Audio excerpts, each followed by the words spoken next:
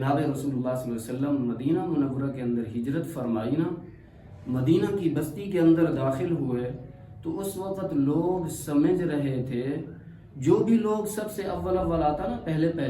وہ حضرت ابوبکر صدیق رضی اللہ تعالیٰ عنہ کو مسافر فرماتا، ہاتھ ملاتا۔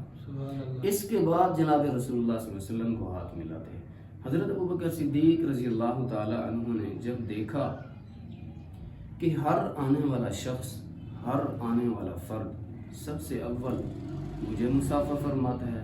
مجھے سلام پیش فرماتا ہے، اس کے بعد جناب رسول اللہ صلی اللہ علیہ وسلم کو ہاتھ ملاتے ہیں، تو آپ رضی اللہ تعالیٰ عنہ کے سر کے اوپر ایک رومال تھا، جو بھی تھا اس کا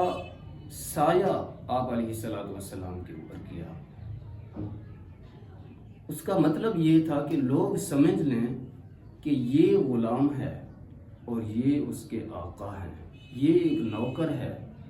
یہ ابوبکر ہے، یہ وقت کے نبی ہیں۔